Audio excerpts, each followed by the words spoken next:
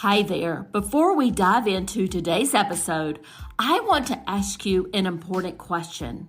Are you wondering why your hard work isn't reflecting in your bank account? If so, I've got something that could change the game for you. With my Digital Product Accelerator one-on-one coaching program, I'm on a mission to help entrepreneurs like you bank consistent revenue without sacrificing your time or sanity. Imagine shifting from 90% client-facing work to enjoying consistent revenue from your digital products, all while reclaiming your time. You already know that you don't need another course, and a one-size-fits-all approach isn't going to cut it. What you need is a strategic, long-term plan tailored just for you. So if you're ready to build the profitable, freedom-giving business you've dreamed of, apply to work with me by going to destinycop.com/apply. I cannot wait to learn more about you and your business.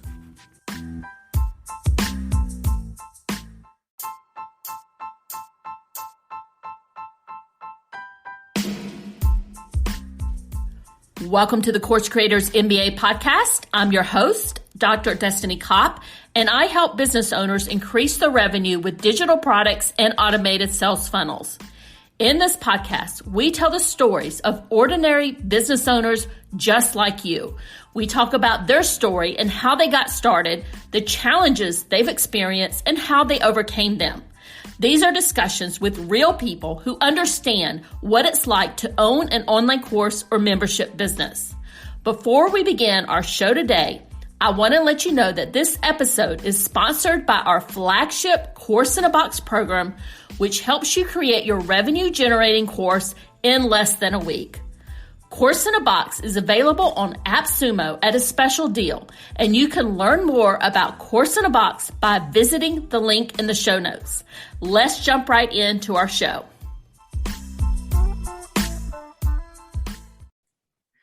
And today, my special guest is Michelle Pippin. Michelle is the proud founder of WomenWhoWow.com, the most exclusive association of women business owners in the world. Now boasting members in 50 states and 8 countries, Women Who Wow has provided a place for seriously driven women entrepreneurs to create wild success on their own terms. At the helm of WOW, Michelle sets the tone for women in business to accept no excuses, especially their own, and to pursue unreasonable goals. But her confidence in being able to make money on your own terms without compromising your priorities is what women entrepreneurs need more than anything else. Michelle, thank you so much for joining me. I'm super excited to delve into your story and to learn more about your entrepreneur journey. Oh, I couldn't be more excited to be here. I've been looking forward to it all week.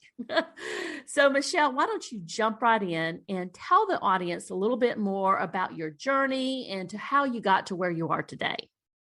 Yeah. So, today I run the coolest online sisterhood of women entrepreneurs in the world, right? But it didn't start out that way. I mean, I began my entrepreneurial journey as a very young, very pregnant mother or mother to be, right? And I'm married to a public school teacher who is my soulmate, my very best friend, my greatest treasure on this earth, right? But neither of us had family money anywhere. We get married. I was a social worker at the time, and he's a public school teacher.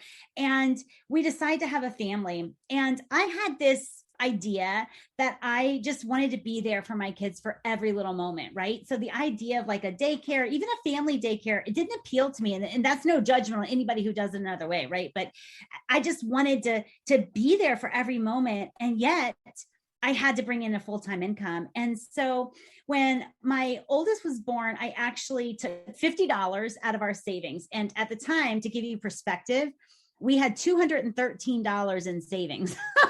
That's like what we had put away. And so I took $50 of that and I bought a roll of stamps and I think maybe business cards, which I never used, but I bought that. And therein began my entrepreneurial journey. And in that first year, I made $63,000. My oldest is 22 years old, just to give you a little bit of a timeline. And I made $63,000 working from home around a baby's schedule with no business training, no website. I never attended a networking meeting, right? Like, so I was just breaking all of the rules. And I didn't even know I was a success because in my mind, I was sort of cobbling together an income. I wasn't starting a business, right? I live in a very rural area of North Carolina, and they actually still don't offer a business license. So I never really felt like a business owner. I just was cobbling together an income. And from there, I started to finalize things, right? I started to formalize things. I started a real company, I guess, where I did HR, provided HR services. And then I went into coaching. And so that's been my journey, just really gutting it out, bootstrapping it, going it alone, and making it up as I went, right? If you remember, and people who are grizzled veterans like myself, back in the day, 22 years ago, it wasn't easy to find, say, a business coach. Certainly, there was no one out there doing a podcast or a YouTube station on teaching you how to grow an online business or develop your own courses, right? So people today have it a lot easier in a lot of ways. But back then, we just kind of had to make it up on our own. And today, I run Women Who Wow. I created Women Who Wow essentially because I wanted a place for women like me, right? Like we're very, very diverse in our membership, diverse in every way, like race, religion, political affiliation, but we're united by two things. One is our drive, right? We think bigger than most other people. We dream and scheme, and we intend to reach our goals, but we're also united by our stubbornness. We intend to do things our own way. We're not willing to give up our life in order to make a living. And so I started Women Who Wow to create a home really for those women, a kind of a one-stop shop, a place where they can have a sisterhood and also a mentor, a library of content, all of that. But also I created it because I wanted to streamline my own work, right? Before I started Women Who Wow, I was a really high paid business consultant, like strategic consultant. Prior to that, I got paid to write copy, like sales copy for people. And so I was making amazing money, more money than I ever thought possible. But I had a lot of appointments, and my writing time was spent writing for other people. And if anybody on here, if you're a creator, a messenger, like you have your own stuff inside. And I've kind of felt like boxed in a little bit to a success that I no longer loved. And I just wanted to kind of streamline it to where I could get paid to create my own content and not have to write copy for everybody else. And that's really where my current business in its current iteration was born.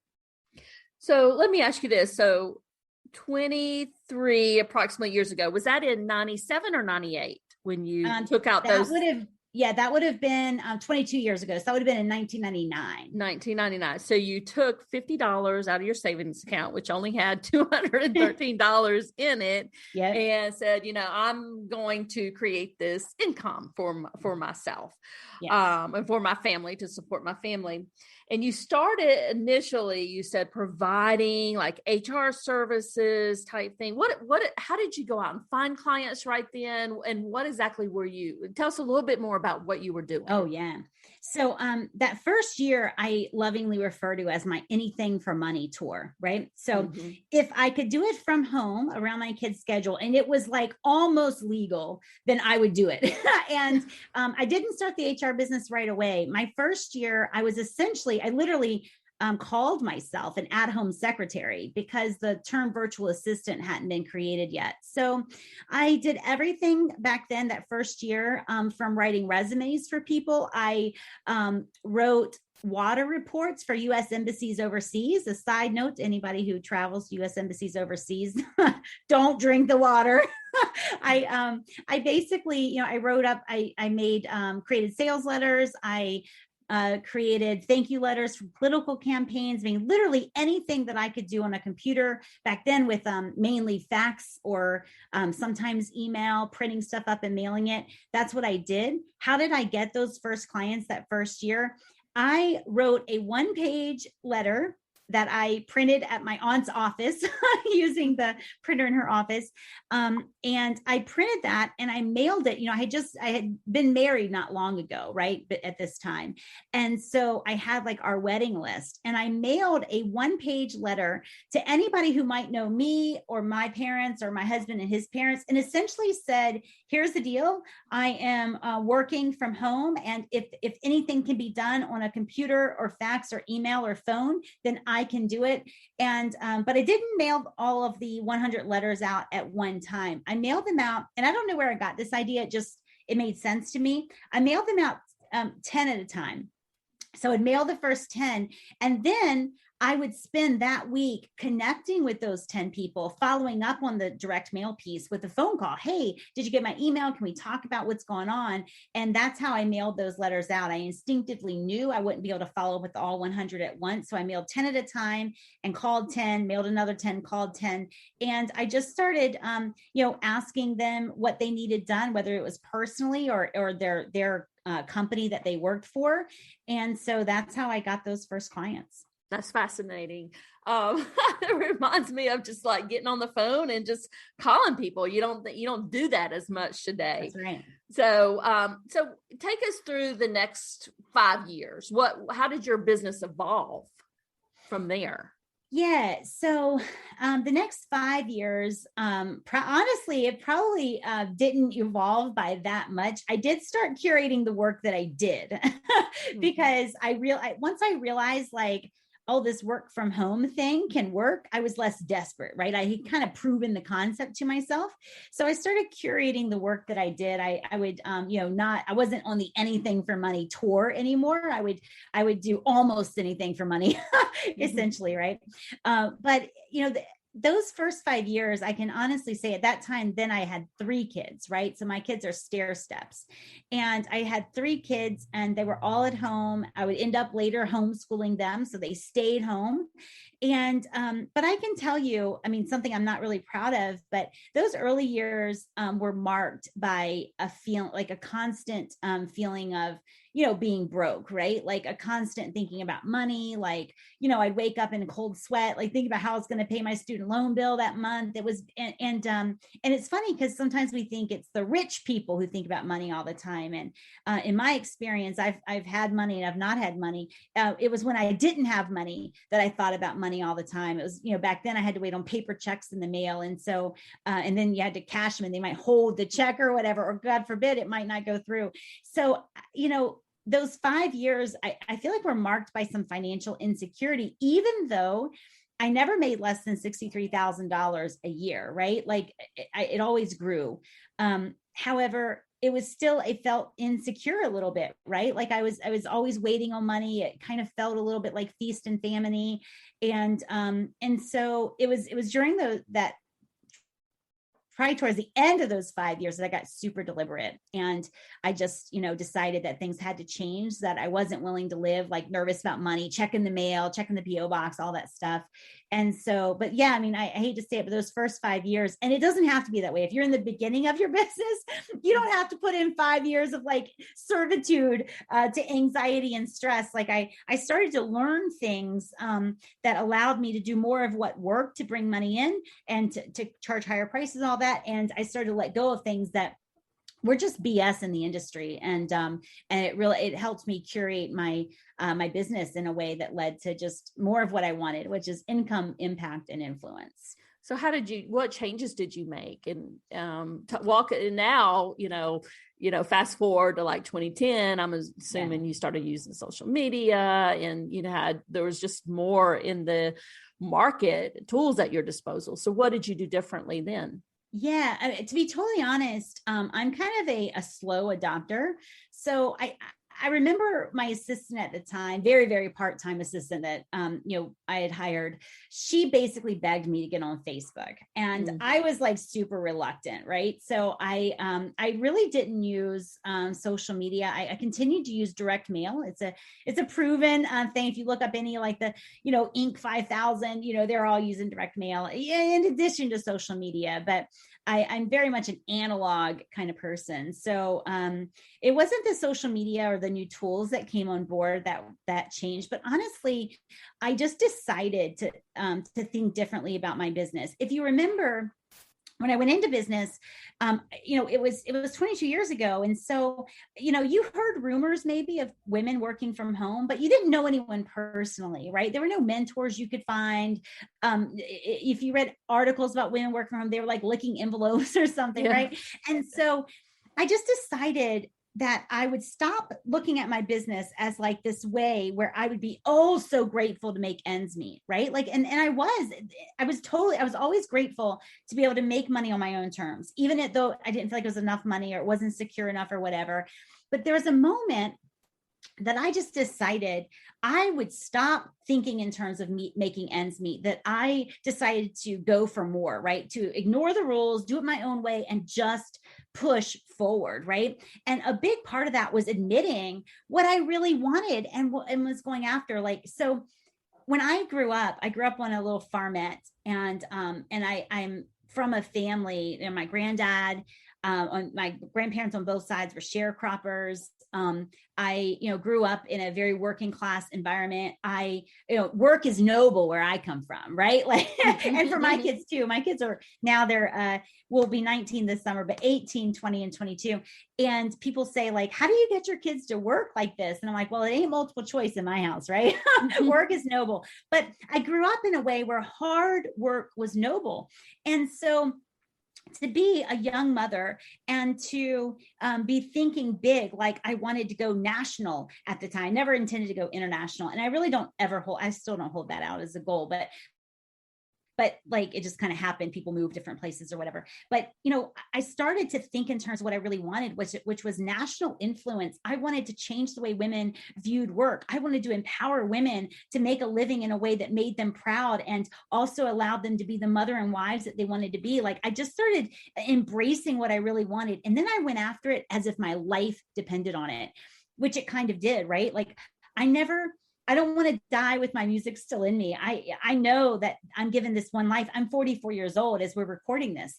And I just went after it. I decided I'd do whatever it took for as long as it took until I finally felt like I was achieving my own potential. And that was a deciding moment in my business. And I actually just wrote about this recently for one of my online courses. But I feel like sometimes women in particular play coy with their potential, right? They play coy with their goals. They often don't admit the grandeur of what they really want. And I didn't either, though. I was very held back by that. So the day that I decided I'm no longer interested in making ends meet, that's a given. I'm no longer interested in some local business. I want national influence and impact. I'm going to go after it. I'm going to be on major stages. And as soon as I decided that, it was like, the world opened up to me. At the same time, full disclosure, my husband he's still my husband, but back then he was really he was nervous about me flying. And I remember around that time,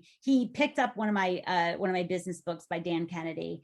And he read the beginning and he said, everything this man is saying, it describes you. And he kind of he didn't give me permission. That's not the way our relationship works, but he kind of released me a little bit. He's like, wherever you need to fly, like you need to go wherever you need to go.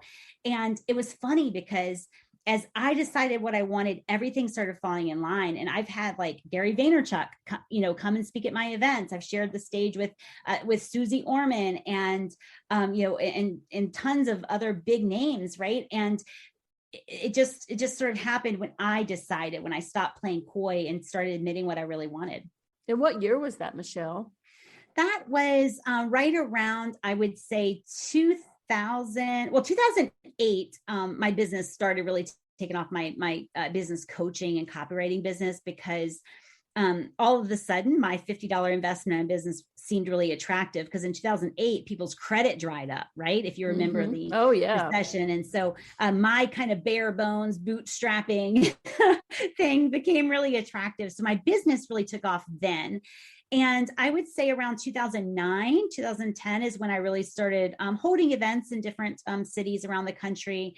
And, then maybe started to get a little bit into social media, but, started traveling more, speaking more. And that it was right around 2009, 2010.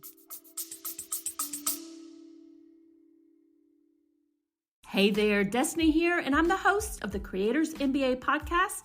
And this episode is brought to you by HelloContent.shop, your go-to destination for content creation in your online digital product business. I understand how busy you are as an online business owner. I am right there with you. And that is why I have filled our Hello Content Shopify store with low-cost digital products that you can use as a lead magnet or part of your paid programs like your online courses or memberships. We also have marketing templates like email swipe files and social media templates designed to save you time and money. So whether you're looking to streamline your content strategy, enhance your digital products, or just save some precious time, I've got you covered, my friend.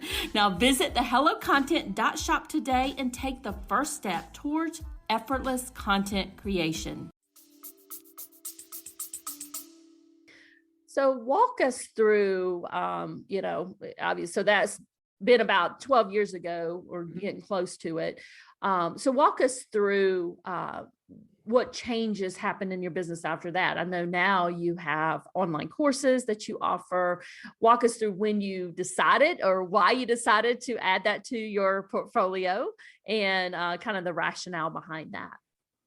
Yeah. So I've actually been doing memberships probably since about 2011. I started my first membership, which I called the coaching gym, because I'm super creative like that, right?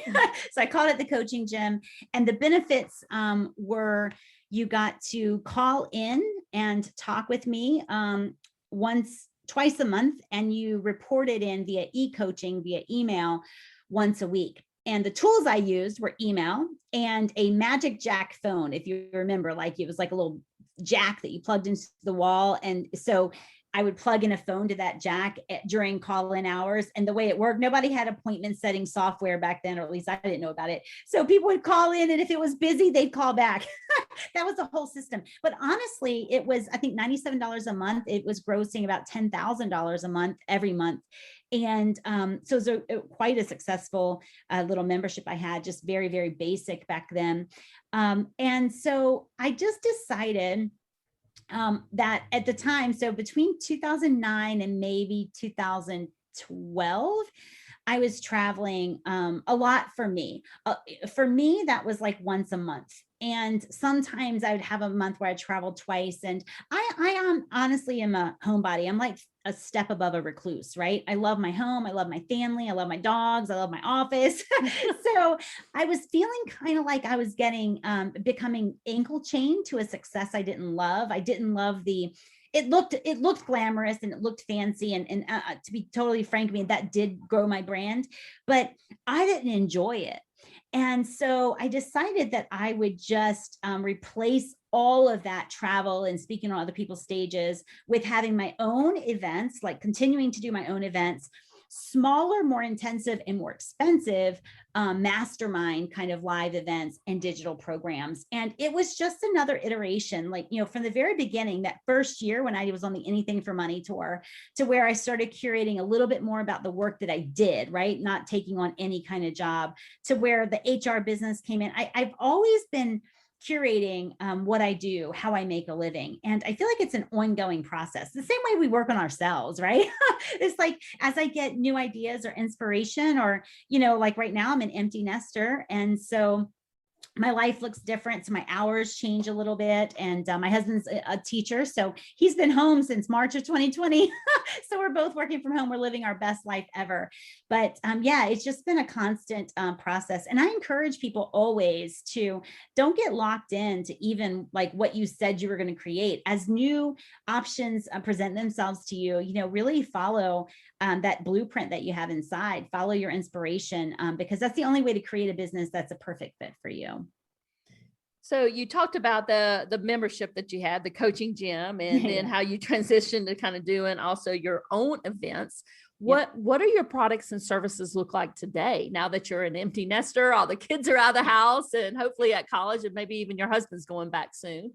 What are you doing today in your business? Yeah. So, and for the record, I don't want my husband to go back. I'm basically begging him to retire every day. Right. I love him being home.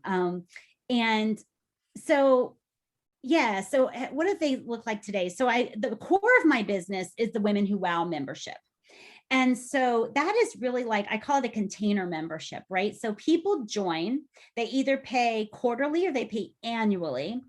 And when people join, they come to Women Who Wow. It's a place to, begin, belong, and become, right? So we're all up to something. So the core of my income really is that Women Who Wow membership.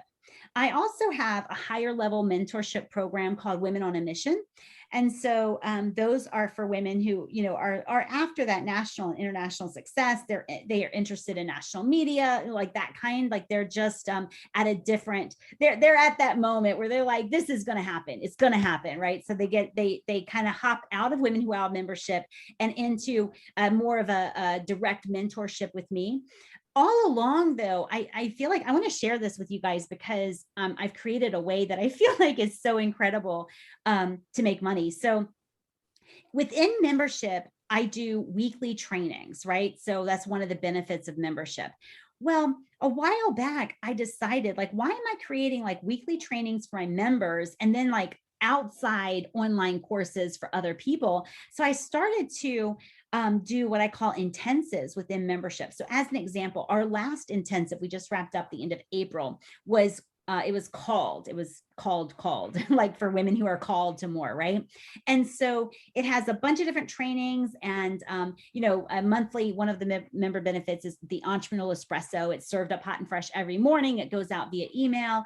And so that whole intensive was focused on the woman who feels called. How do we bridge the gap between our purpose and our need to make money right now? How do we put more of ourselves into the market? All of that was the focus, right? Now here's the deal. I no longer just do those things within membership. What I do is I will launch an intensive to the outsiders, right? To people who are not within WOW. They think they're joining just a digital course, a digital program, right? But when they join that, they are following along with the Women Who Wow members. And then I get to invite them to continue the relationship and join Women Who Wow. And a very high percentage of them do. So now it's like I almost double dip, right? So instead of saying, hey, join my membership, which frankly is really kind of a hard sell. Memberships feel not as urgent, right? So it doesn't have a start date, doesn't have an end date, that kind of thing. And so now I'm like, I don't even really mention membership as much. I promote the next course that goes live in the membership, and then people kind of join without knowing, right? they join the program and they're asked if they want to join to be, to get the additional benefits of membership. So I want to ask a couple of questions there because I just want to make sure that I understand, because I think I understood your model, but correct me if I misunderstood anything. So basically what you're doing, it's an intensive, but basically it's a new course, right? Yep. That you're offering to the market. So that's what you're promoting. And then if somebody joins that, they're automatically in the membership or no. So, okay, tell me how you work that. Yes. So they actually, they will join, they'll get the live trainings and of course the recordings. Mm-hmm. They will get the daily like kick in the pants, which we call the entrepreneurial espresso. So they get all of the content when they join the online program, right?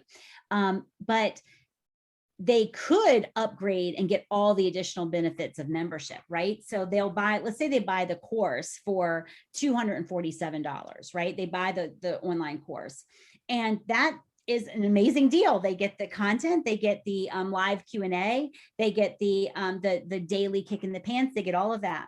But, if they were members, one, they'd be paying less, even if they paid, by the quarter, they'd be paying less, but they'd also get one-on-one time with me if they're annual members. They'd also get the co-working space, which is kind of like it's a 4-hour like virtual co-working space at the end of every month where we are really like, we're coaching each other, we're mentoring each other, and we're also just getting stuff done. So there's a lot of benefits that they're missing out on by just buying the course. Okay. I love that. I love that launch strategy. And you've been doing this for a while. So I'm assuming, making the assumption here that you probably have a pretty big email list, but how are people finding you for these launch intensives? How are you marketing it? Yeah. So for anybody starting out, I'll tell you like this mindset that has been really helpful to me and also for our members. Whenever I put content out there, I assume that no one, including my mother, is going to see it, right? Like a lot of times we will go out to social media and we will, focus on getting our social media numbers up. I do not do that because I've worked with too many people with, hundreds of thousands of followers or on Instagram or whatever, and they just not making the money they deserve. So I don't put a lot of focus there, but I put my content out on a regular basis. I show up in content every single day, right? I believe if something's worth doing, it's worth doing daily. And I mean to lead this industry. And so I don't think it's too much to ask to show up and converse with this industry on a daily basis. So what I do is I create content and then I make sure it's seen. So I create content for my own purposes on my website and on my Facebook page. I do daily resources for the women entrepreneur, but I also have a weekly commitment to be published elsewhere. So I'm published in business.com. I'm published in Authority Magazine. I'm interviewed and published on various podcasts. So I have a big commitment to media, right? And I'm not talking about like, big media. So I have a media event every year and we have like the Rachel Ray show there and the Drew Barrymore show there. And we've got, Dr. Oz and all that big media. But what I've found is not only easier to get into, but also much more profitable is to find niched industry specific media and go to them, provide content if you're a writer, be interviewed if you're not a writer. But that's really been my strategy. It's I call it, other people's stages and pages, right? And so it's been something where people will say, oh, I feel like I'm selling to the same people all the time. I feel like I need new people on my list, but they're continuing to produce content for those same people. I have a weekly, at a minimum once a week, I show up on somebody else's stage and page. I love that strategy, Michelle, and I think it's a powerful message for all of us. So tell me, what do you see as next steps in your business? And you pivoted all over the years, so yeah. I'm a one-trick pony, right? So like more of the same for me, right? More of the same, bigger audiences, a bigger reach. A deeper focus, actually. That's where I'm going now. Like I'm in the middle of an online course right now called Naked, a business devotional. And it's all about putting yourself, more of yourself out there, honoring who you are as part of your success plan, not doing things that start to ankle chain you to a success you don't like really building the business around you. So what's new for me and continuing to evolve is I'm all about the strategy, right? I'm a very practical, pragmatic person. So, I'm all about the strategy, but I've also gotten much more into just honoring myself as part of that process. I'm listening by intuition, being more vulnerable online. So I think there's more of that. What's coming up for me, I've got some pretty huge opportunities and some pretty fun and exciting stages and pages that I'm going to be on in 2021. And so, yeah, it's just more of the same, bringing more and more women entrepreneurs under this umbrella where they can create a wild success story on their own terms. And for me, that's what lights me up. So my closing question is, Michelle, you've been doing this for a while. It's ever since you pulled out that $50 from your checking account when you only had 213 in there. Savings account. Yeah. Yes. The savings account. Same thing. What advice do you have for other online course creators or entrepreneurs out there? Yeah. I think I would have, 3 pieces of advice. The first is to remember that there is an 80+% failure rate. And my philosophy on this is that they are all following the wrong advice. These 4 out of 5 people that fail and constantly have to reinvent themselves and start a new business and a new company and all this stuff, like they're listening to each other. They're following each other's advice. They're cheering each other on the treadmill of business. They don't even realize they're not getting anywhere, right? So the first advice is ignore the shoulds of your industry. Ignore them. They are leading to a way too high failure rate, right? So that's the first thing. We should question the rules and shoulds and norms of our industry, particularly if you want to break those norms income wise. The second piece of advice I think is to just do it, right? Like, don't wait until you have a certain number of people on your list. I think my first real digital program was born in, I don't know, like 2006 or 2007. And I maybe had 400 people on my list. My first live event, I mean, I don't even know if I had 200 people on my list, right? And I still I think I made like $1,800, not a huge amount, but just start right where you are. Ignore what people say you have to have up front. If you have something that you want to offer people that will definitely help them, offer now, whether it's a course, an event, a program, whatever you're thinking, start now. Because you are going to wish later that you had started earlier. And the third piece of advice is to honor yourself as part of the program, like build this business around you. Burnout is not about the number of hours that you work. Burnout is about doing the wrong work that drains you versus energizes you. So do it your own way. And I think that's some great advice, Michelle. Can you let people know where they can find you? Absolutely. You can find me at tribeofdrivenwomen.com, tribeofdrivenwomen.com. And actually I'm going to look that up really quick, because I'm wondering if, I was thinking it was going to be maybe the tribe, but it's not. Tribeofdrivenwomen.com. And that will give you all of our free stuff, where to find me, my podcasts, books, where I show up daily, all of that stuff. And I will make sure, Michelle, that specific link is in the show notes so they know exactly where to find you.